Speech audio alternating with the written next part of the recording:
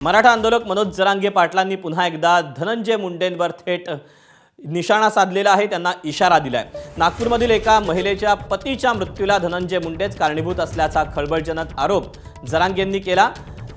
दरम्यान तक्रार करणारी महिला मुख्यमंत्री फडणवीसांच्या नात्यातील असल्याचा दावा त्यांनी केला। तसंच मुंडेंनी नादी लागू नये, त्यांची 22 प्रकरणे माझ्याकडे आहेत असा इशारा देखील जरांगे यांनी दिलेला आहे।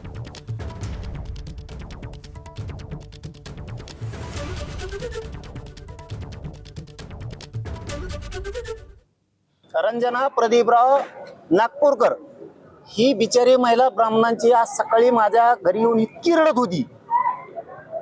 तिचा नवरा सुद्धा मेलाय त्या टेन्शन पाहिजे याच्याचा आज सकाळी रंजना नागपूरकर नावाची महिला नागपूरची माझ्याकडे आली होती। आज सकाळचा विषय सांगतो, म्हणून तू सावध होय की इतकं भयान मॅटर आहे ते मला सांगितलेलं।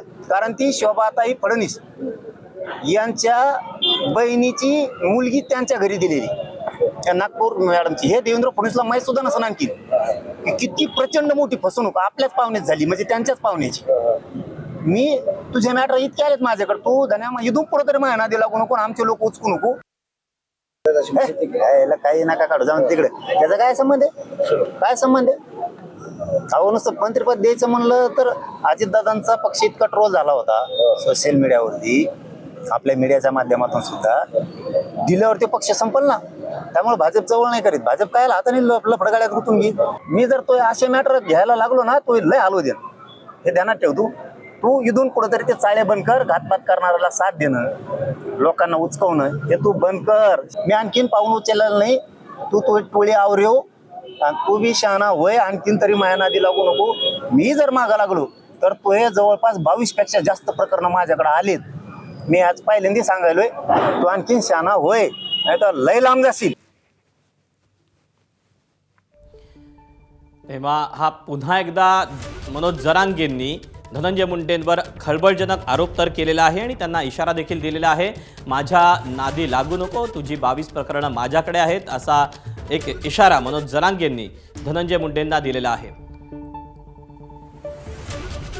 मराठा आंदोलक मनोज जरांगेंनी आज सकाळच्या दरम्यान त्यांच्याकडे एक नागपूरमधील महिला आपल्याकडे आलेली होती। तिनं आपली व्यथा माझ्याजवळ मांडलेली आहे आणि तिच्या पतीचा जो मृत्यू झालेला आहे त्या पाठीमागे जे कारण आहे ते धनंजय मुंडेच आहेत असं आपल्याला सांगितलं। आणि हाच मुद्दा पुढे करत त्यांनी माध्यमांना जी प्रतिक्रिया दिलेली आहे त्यामध्ये त्यांनी ही जी महिला तक्रार करणारी होती ती तक्रार करणारी महिला मुख्यमंत्री देवेंद्र फडणवीस यांच्या नात्यातील असल्याचं देखील मनोज जरांगे पाटील यांनी सांगितलेलं आहे। कदाचित या सगळ्याची कल्पना देवेंद्र फडणवीसांना नसावी असं देखील मनोज जरांगेंनी स्पष्ट केलंय। दरम्यान धनंजय मुंडे यांनी आपल्या नादी लागू नये, त्यांची 22 प्रकरणं ही माझ्याकडे आहेत असं म्हणत एक प्रकारे पुन्हा एकदा मनोज जरांगे पाटलांनी धनंजय मुंडेंना इशारा दिलेला आहे।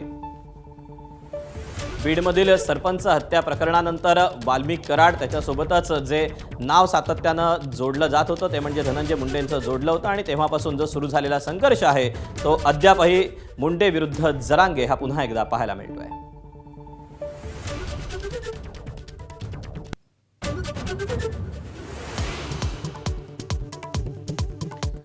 पंतप्रधान मोदी आणि फ्रान्सचे राष्ट्राध्यक्ष इमॅन्युएल मॅक्रॉन आज मुंबईत दोन्ही देशांमध्ये द्विपक्षीय बैठक। भारत आणि फ्रान्समध्ये 114 राफेल करारावर स्वाक्षरी होण्याची शक्यता।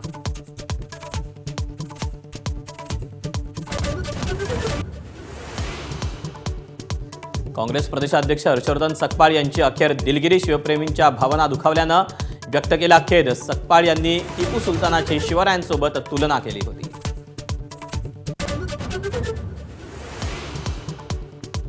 मुंबईत कुणाल कामराची हक्कभंग समितीसमोर सुनावणी। एकनाथ शिंदेंवरील विडंबनात्मक गीत केल्यानं कारवाई। पुढील सुनावणी 10 मार्चला।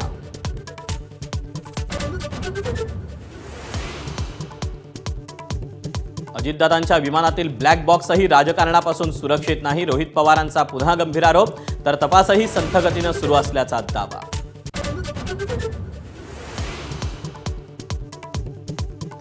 अल्पसंख्याक प्रमाणपत्राप्रकरणी माधाच्या दणक्यानंतर चौकशीचे आदेश। उपसचिव मिलिंद शेणॉय यांची प्रमाणपत्रांवर सही असल्याचं उघड। शेणॉय यांची होणार चौकशी।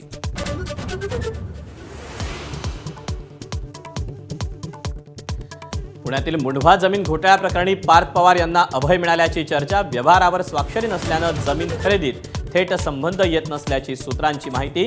तर व्यवहारासाठी मदत करणाऱ्या 2 सरकारी अधिकाऱ्यांवर मात्र कारवाई. महादेव मुंडे हत्येप्रकरणी दोघांची नार्को आणि एकाची ब्रेन मॅपिंग टेस्ट होणार असल्याची माहिती. नार्को टेस्ट झाल्यास सत्य समोर येणार. ज्ञानेश्वरी मुंडेंनी व्यक्त केला विश्वास.